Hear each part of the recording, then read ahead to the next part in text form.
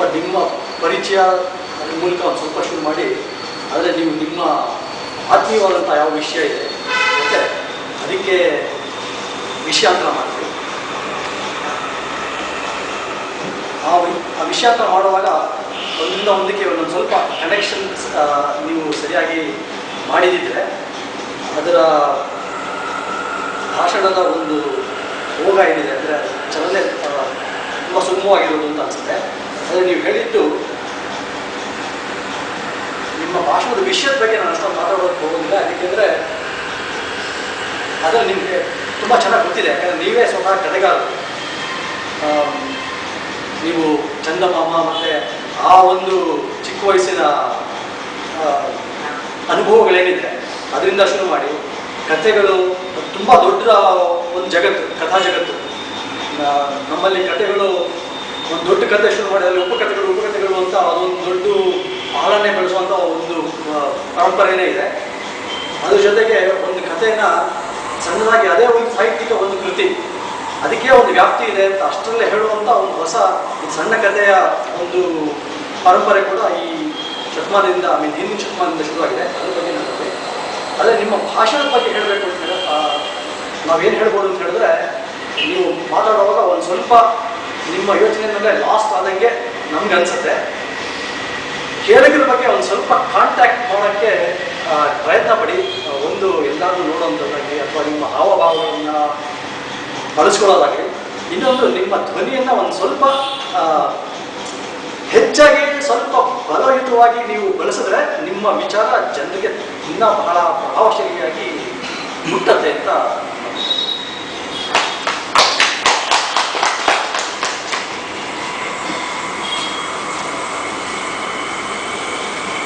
ಧನ್ಯವಾದ ಪ್ರಭು ಮೂರ್ತಿಗಳಿಗೆ. ಎರಡನೇ ಭಾಷಣಕಾರರಾದ ಗೋಪಾಲ್ ಕುಲಕರ್ಣಿ ಅವರ ವಿಮರ್ಶೆಯನ್ನು ಪಾರ್ಥಸಾರಥಿಗಳು ಮಾಡಿದ್ದಾರೆ.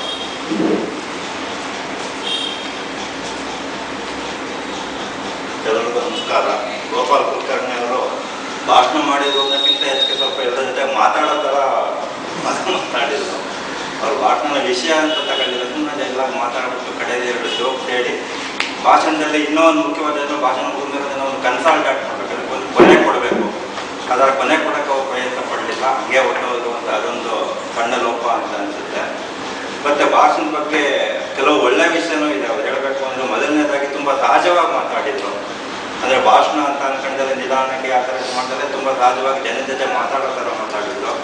ಎರಡನೇದಾಗಿ ಭಾಷೆ, ಅವರು ತಮ್ಮ ಸ್ವಂತ ಭಾಷೆಯ ಸೊಗಡನ್ನು ಉಳಿಸ್ಕೊಂಡು, ಅಂದರೆ ಅವ್ರ ನೇಟಿವಿಟಿ ಇರ್ತದೆ. ಪ್ರತಿ ಭಾಷೆಗೂ ಒಂದು ಸ್ಥಳೀಯವಾದ ಭಾಷೆಗೆ ಒಂದು ಸೊಗಡಿತ್ತು. ಆ ಸೊಗಡನ್ನ ಉಳಿಸ್ಕೊಂಡು ಮಾತಾಡೋಕ್ಕೆ ಟ್ರೈ ಮಾಡಿದ್ರು. ನಾವೆಲ್ಲ ಮಾತಾಡಿದ್ರು ಒಂದು ಸ್ಟೇಜನ್ನು ಪ್ಲಾಟ್ಫಾರ್ಮಲ್ಲಿ ಮಾತಾಡ್ತಿದ್ವಿ ಅನ್ನೋಕ್ಕೋಸ್ಕರ ನಮ್ಮ ಮಾತನ್ನ ಬದಲಾಯಿಸ್ಕೊಂಡ್ಬಿಡ್ತೀವಿ. ಅವ್ರು ಆ ಥರ ಮಾಡಿದಲ್ಲೇ ತುಂಬ ಸಹಜವಾಗಿ ಮಾತಾಡಿದ್ರು ಅಂತೇಳಿ ನನ್ನ ಮಾತನ್ನು.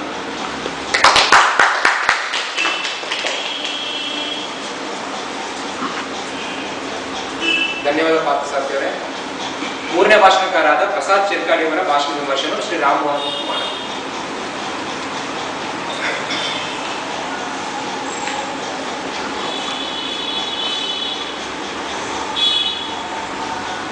ಈ ವೇದಿಕೆಯಿಂದ 5ನೇ ನಮಸ್ಕಾರ. ರಾಮಮೋಹನ್ ಶ್ರೀಯುತ ಪ್ರಸಾದ್ ಅವರ ಭಾಷಣದ ವಿಮರ್ಶೆಯನ್ನು ಮಾಡಬೇಕು ಅಂತ ನನ್ನ ಇಲ್ಲಿ ಕಳಿಸ್ಕೊಟ್ಟಿದ್ದಾರೆ ಸುನೀಲ್ ಅವರು.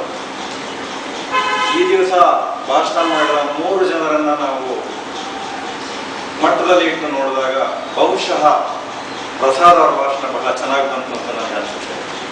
ಯಾಕೆಂತಂದ್ರೆ ಮಾತಾಡ್ತಕ್ಕಂಥದ್ದನ್ನು ಬಹಳ ಸ್ಫುಟವಾಗಿ ಮಾತಾಡಿದ್ರು ಅವರು. ಕುಳಿತಿರ್ತಕ್ಕಂತಹ ಪ್ರತಿಯೊಬ್ಬ ಪ್ರೇಕ್ಷಕರ ಮನದ ಆಳಕ್ಕೆ ಮುಟ್ಲಿಕ್ಕೆ ಮತ್ತೆ ಅವರಿಗೆ ಕೇಳುವಂತೆ ಮಾತನಾಡಿದ್ದಾರೆ. ಆ ಒಂದು ವಿಚಾರ ನೋಡಿದ್ರೆ ಅವರು ಬಹಳ ಸ್ಫುಟವಾಗಿ, ಅಂದರೆ ಅರಳುಗರಿದಂತೆ ಮಾತನಾಡೋದು ಅಂತಾರಲ್ಲ, ಆ ರೀತಿಯಾದ ಭಾಷಣವನ್ನು ಅವರು ಮಾಡಿದ್ದಾರೆ. ಮತ್ತೆ ಇನ್ನು ವಿಷಯ ಪ್ರತಿಪಾದನೆಗೆ ಬಂತು ಅಂತಂದ್ರೆ ಅವರು ಏನು ಹೇಳಬೇಕು ಅಂತ ವಿಷಯವನ್ನು ಪ್ರಾರಂಭ ಮಾಡಿದ್ರು ಅದನ್ನು ತಲುಪಿಸಿದ್ರು.